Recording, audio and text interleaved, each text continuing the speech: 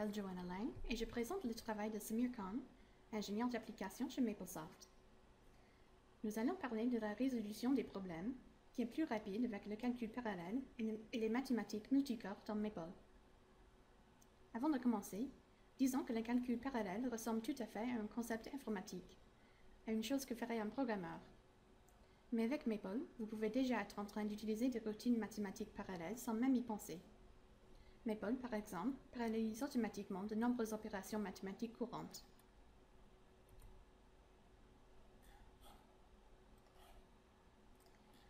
Pour commencer, je vous indiquerai les raisons pour lesquelles de nombreux scientifiques, ingénieurs et mathématiciens s'intéressent au calcul parallèle. J'explorerai ensuite le profil des utilisateurs et expliquerai leur incidence sur la façon dont nous développons notre programme. Puis nous verrons à l'aide d'exemples quelles sont les fonctions de calcul parallèle dans Maple.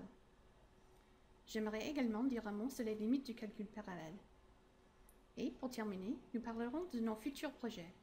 Nous verrons comment, à l'avenir, Maplesoft supportera les processeurs multicœurs et les calculs parallèles. Le calcul parallèle est là, largement accessible par les BIAS d'outils comme Maple, et peut faire une réelle différence dans les méthodes de travail des scientifiques et des ingénieurs. Permettez-moi de vous parler d'un projet dans lequel nous étions impliqués. Oxford Instruments est basé au Royaume-Uni. C'est une société spécialisée dans la recherche, la conception et la fabrication d'aimants supraconducteurs qui sont utilisés dans les analyseurs à résonance magnétique nucléaire. Ils ont utilisé Maple pour optimiser la conception des champs magnétiques. La feuille de travail Maple renferme des intégrales analytiques complexes. Un seul calcul leur prenait en général environ 10 minutes. Ils devaient répéter des calculs inlassablement en introduisant des légères modifications dans les paramètres de conception. Ainsi, leurs scientifiques passaient un temps fou à travailler sur un ordinateur, alors qu'ils auraient pu faire autre chose de plus productif à la place. Nous les avons aidés à fractionner les calculs afin de pouvoir les exécuter en parallèle à l'aide des outils de calcul en grille locale de Maple. La réduction de temps de calcul sur un ordinateur à 8 cœurs est de l'ordre de 2 minutes. C'est là un réel gain de temps qu'ils peuvent consacrer à la conception de meilleurs produits. La parallélisation effective de leur code n'a pas été difficile. Il a fallu à peu près 1 heure pour adapter leur feuille de travail à une exécution en parallèle. Après, nous parlerons de la fonctionnalité Maple de calcul en grille locale. Depuis des années, les fabricants de processeurs augmentaient la fréquence d'horloge, en vertu de quoi votre logiciel de mathématiques, comme votre feuille de calcul, code Fortran ou Maple, s'exécute plus vite en achetant un processeur plus rapide. À l'aube du nouveau millénaire, comme par hasard, les fréquences d'horloge se sont stabilisées. Et pourquoi? Eh bien, en fait, si vous augmentez la fréquence d'horloge, vous produisez davantage de chaleur qui doit être dissipée. Si vous ouvrez votre PC, vous y trouverez un ventilateur de refroidissement. Les fréquences d'horloge devenaient si élevées qu'il était impossible de dissiper toute la chaleur à l'aide d'un refroidissement par air. Les autres méthodes de refroidissement n'étaient tout simplement guère pratiques. Les fabricants de CPU ne cessaient d'améliorer l'architecture de leurs processeurs de façon à exécuter davantage d'actions à chaque étape d'horloge. Mais ils ne fournissaient pas les augmentations de vitesse voulues par leurs clients. Alors, après l'an 2000, les fabricants de puces électroniques ont commencé à mettre davantage de cœurs sur les processeurs afin d'en augmenter la puissance. Autrement dit, pour que le logiciel fonctionne plus vite, il ne suffisait pas simplement d'acheter un PC équipé d'un processeur comportant davantage de cœurs. Il fallait réécrire le logiciel pour pouvoir utiliser les processeurs supplémentaires. Et c'est un véritable défi posé aux entreprises comme Maplesoft. Nos clients résolvent des problèmes toujours plus complexes et nous avons besoin de leur fournir des outils nécessaires pour pouvoir effectuer leur travail plus vite. Voyons qui sont nos utilisateurs. Ce sont essentiellement des scientifiques, des mathématiciens et des ingénieurs. Ils utilisent Maple pour automatiser et mécaniser des tâches répétitives à base de mathématiques, afin, par exemple, de calculer une intégrale symbolique ou de représenter graphiquement la répartition des contraintes sur un pont. Ces utilisateurs ne sont ni des programmeurs informatiques, ni des ingénieurs logiciels. Il se peut qu'ils aient suivi un cursus de programmation informatique à l'université, ou il se peut qu'ils rédigent des scripts pour un traitement par l'eau ou pour automatiser des tâches répétitives. Mais ces utilisateurs-là ne se soucient pas en général des opérations de bas niveau comme la gestion de mémoire, la sécurité des threads ou les situations de concurrence. Ils ont besoin d'outils de haut niveau. Le défi auquel est confronté MapleSoft, c'est de fournir des outils qui aident ses utilisateurs à travailler de manière plus rapide et plus productive. Alors, que peut-on faire? Eh bien, nous pouvons paralléliser automatiquement des commandes courantes. Ainsi, vous bénéficiez du traitement multicœur sans même vous en rendre compte. Mais, supposons que vous désirez écrire vos propres programmes. Si vous n'êtes pas informaticien, vous pensez en termes d'opérations facilement fractionnables. Mais, en règle générale, vous ne souciez pas de l'allocation des tâches de faible niveau. Vous voulez que ce soit le compiler ou le noyau qui s'en charge. On peut aussi sensibiliser nos utilisateurs au potentiel et aux limites du calcul parallèle. La sécurité des threads peut constituer un problème et on obtient parfois, mais rarement, des résultats à virgule flottante inattendus lorsqu'on augmente le nombre de threads. Comme entreprise, nous adhérons à la culture du calcul parallèle. C'est une solution bénéfique aussi bien pour les débutants que pour les utilisateurs confirmés. Même les avantages secondaires en termes de performance, si on les met bout à bout, font toute la différence pour les utilisateurs.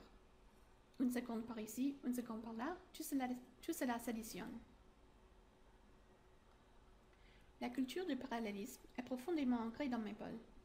Nous ne mettons pas seulement en œuvre de nouvelles routines, nous peaufinons aussi nos fonctions existantes pour les rendre plus rapides. Nous apportons par ailleurs à Maple des évolutions en profondeur qui se traduisent globalement par des gains de performance. Un bon nombre de commandes et fonctions sont automatiquement parallélisées. Par exemple, de nombreuses opérations matricielles et polynomiales distribuent des calculs dans tous les codes de votre ordinateur. Les commandes polynomiales sont automatiquement multithreadées. Ça fait peut-être très niche, mais étant donné que beaucoup d'opérations symboliques requièrent une manipulation polynomiale, c'est tout Maple qui en tire bénéfice. Nous prenons également en charge le calcul en grille locale. Cela vous permet d'écrire facilement un code à thread sécurisé à exécuter sur votre ordinateur. Ce même code peut être ensuite exécuté sur un cluster HPC sans aucune modification. Voici quelques-uns des ingénieurs logiciels hautement qualifiés qui développent l'architecture parallèle dans Maple. Jason Selby, par exemple, a soutenu récemment sa thèse de doctorat sur la gestion de la mémoire parallèle dans les applications qui allouent la mémoire dynamiquement. Cette technologie est aujourd'hui chez Maple. C'est une propriété de bas niveau qu'on ne voit pas, mais elle souligne l'engagement de MapleSoft en faveur de calculs parallèles. Darren a développé l'interface de programmation de tâches et co-développé le système de gestion de la mémoire parallèle. C'est aussi notre évangéliste du calcul parallèle. Il a aidé nos utilisateurs à comprendre le potentiel et les limites de cette technologie par le biais du journalisme et de blog. Dave Linder est un expert en algèbre linéaire et en calcul matriciel. Il est passionné de performance. Il ne vit que pour la vitesse. Il est responsable de l'intégration dans Maple des dernières bibliothèques numériques. Il suit de près les derniers développements en matière d'architecture à puces et ce qu'il faut pour rendre les logiciels de mathématiques plus rapides. Paul DeMarco est un expert en calcul distribué et en calcul parallèle. Il est responsable de notre initiative de calcul en grille et aussi de notre relation avec le projet SharkNet, dont je vais parler plus tard. Il a également déployé Maple sur un supercalculateur Cray de 16 000 nœuds. Les calculs matriciels et l'algèbre linéaire sont au cœur de la science et de l'ingénierie, et beaucoup d'opérations peuvent être parallélisées. Maple parallélise beaucoup d'opérations matricielles, y compris la multiplication et l'inversion matricielle. Par exemple, Si je définis deux matrices A et B et qu'ensuite je les multiplie ensemble, Maple répartit alors les calculs sur tous les corps physiques de mon ordinateur. J'ai un PC portable pourvu de deux corps physiques avec deux hyperthreads pour chacun, dû à une utilisation du processeur d'environ 50%. La même parallélisation automatique s'applique également à l'inversion matricielle.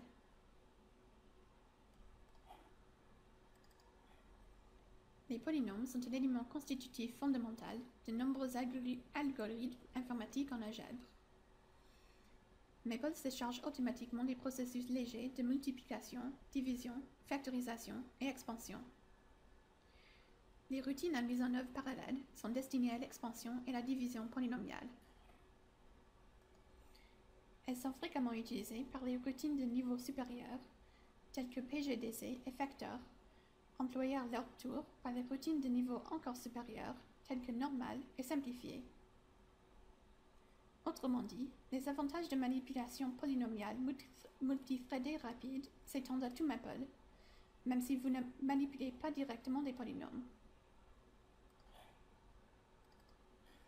Certaines commandes très courantes sont multithread. Par exemple, tous les utilisateurs Maple, qu'ils soient mathématiciens, scientifiques, analystes quantitatifs ou ingénieurs, utilisent les concepts d'addition et de multiplication répétée et de mapping de fonctions. Ces concepts ont une version parallélisée dans Maple. Disons par exemple que vous voulez calculer cette addition répétée. Avec un thread, l'opération prend 2 secondes sur mon PC portable. Avec 4 threads, il en faut à peine plus d'une, environ 1,2 secondes. Les nombres de Bernoulli sont utilisés en topologie, en développement en série de Taylor et également en formule Euler-Maclaurin. Maple calcule les nombres de Bernoulli en parallèle sur tous les cœurs de votre ordinateur. Là, j'ai demandé à Maple de générer 4 nombres de Bernoulli. Maple va automatiquement utiliser tous les cœurs de votre ordinateur. Cependant, si je limite Maple à l'utilisation d'un seul cœur, l'équation prend approximativement 12 à 13 secondes. Si je demande à Maple d'utiliser 2 cœurs, c'est-à-dire 2 threads de calcul, ça prend alors environ 6,6 secondes. Là encore, c'est un vrai gain de temps. Le système de gestion de la mémoire dans Maple alloue de la mémoire pour les opérations spécifiques, qu'il libère ensuite pour d'autres opérations. Ce processus profite des corps multiples et accélère même les opérations en série. En outre, si vous exécutez du code parallèle, le système profite au mieux de la gestion de mémoire spécifique au thread. Il en résulte un accroissement global des performances parallèles. Le ramasse-miettes, ou récupérateur de mémoire, est un algorithme qui gère l'utilisation de la mémoire. Il permet à Maple de recycler la mémoire préalablement allouée puis inutilisée. Pour ce faire, le ramasse-miettes effectue périodiquement un balayage de la mémoire allouée par Maple pour rechercher celle qui peut être récupérée. Il s'exécute en général 5 à 20% du temps. Le ramasse-miettes était auparavant monothreadé, ce qui limitait la vitesse du code monothreadé parallèle. Nous avons récemment finalisé un projet majeur concernant l'exécution en parallèle du ramasse-miettes. Avec notre ramasse-miettes multithreadé, le temps de traitement est généralement réduit de 5 à 10%. Les cartes graphiques comportent de nombreux processeurs avec souvent 200 corps ou plus. Elles sont optimisées pour les mathématiques matricielles utilisées dans les jeux vidéo 3D. Elles possèdent un éventail limité de fonctionnalités, mais pour ce qu'elles font, elles sont très rapides. Maple supporte également la technologie CUDA, qui vous permet de décharger plusieurs opérations matricielles sur votre carte graphique.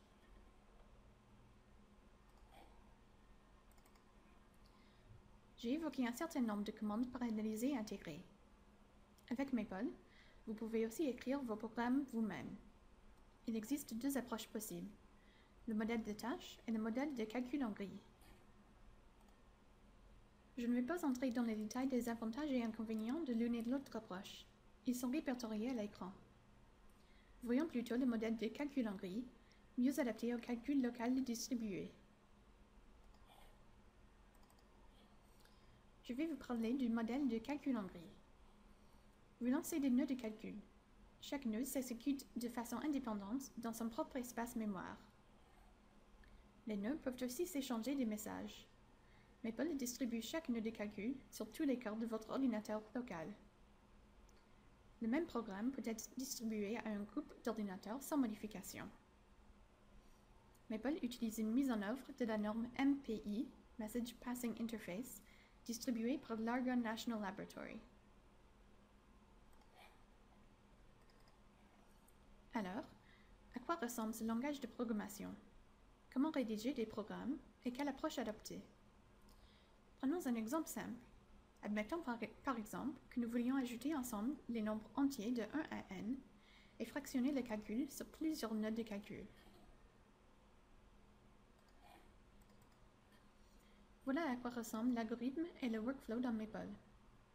À partir d'une feuille de travail Maple, vous lancez des nœuds. Chacun de ces nœuds exécute une petite partie de ses calculs. Une fois les calculs terminés, chaque nœud renvoie son résultat à un nœud maître désigné. Dans ce cas, nœud 0. Le nœud 0 additionne les résultats intermédiaires et donne la réponse. Voilà à quoi peut ressembler l'algorithme. J'ai fait ressortir certaines des caractéristiques du langage. L'approche est intrinsèquement un thread sécurisé et le programme ressemble à n'importe quel autre de Maple. Ce n'est pas intrinsèquement différent de ce que vous faites en ce moment. Vous pouvez lancer un nombre arbitraire de nœuds et Maple se charge de la distribution des tâches. Au début de cette présentation, j'ai mentionné Oxford Semiconductors. Ils ont utilisé ces outils de programmation et le type de code que je suis en train de vous montrer afin de gagner du temps et, finalement, de réaliser de meilleurs produits. Je voudrais à présent vous parler rapidement de SharkNet, qui est une autre belle réussite de calcul parallèle dans Maple. SharkNet est un consortium d'universités canadiennes qui partagent un réseau d'ordinateurs de grande capacité.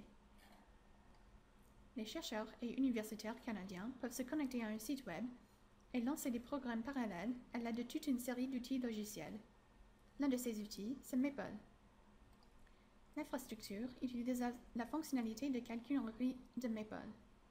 Les chercheurs, essentiellement, écrivent des programmes Maple sur une grille locale qu'ils déploient ensuite sur un cluster distribué avec SharkNet.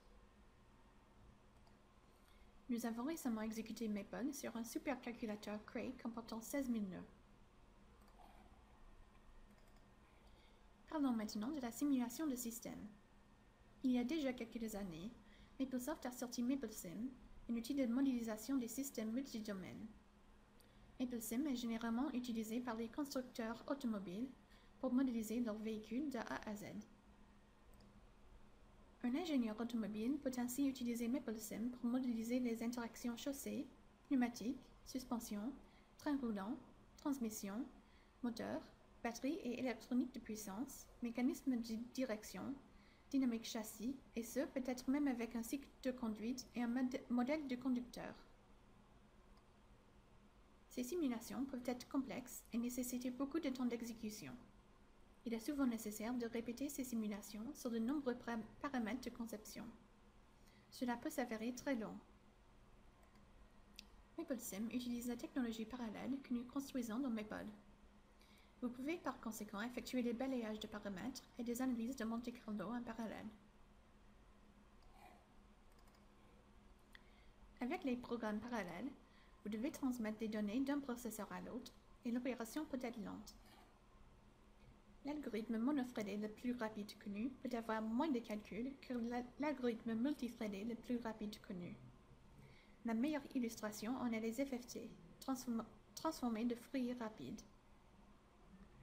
Finalement, les routines mathématiques monothreadées mises en œuvre efficacement sont parfois plus rapides que leurs homologues parallèles.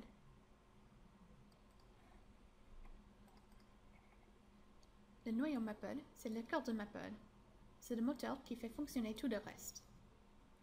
Le noyau est principalement chargé de l'interprétation du langage de programmation Maple et de la représentation des structures de données Maple. Le noyau réalise les opérations de base sur les structures de données et les algorithmes mathématiques de bas niveau. Le noyau est écrit en langage C. Silk est une extension parallèle de C. Nous allons intégrer Silk dans le noyau de Maple. Cela augmenterait le potentiel d'envoi d'algorithmes parallèles dans les profondeurs de Maple. En guise de conclusion, je pense avoir démontré que Maple peut vous aider à travailler plus vite et plus efficacement en calcul parallèle et mathématiques multicœurs, et que nous avons la technologie en place pour supporter le parallélisme à l'avenir. Je vous remercie de votre attention.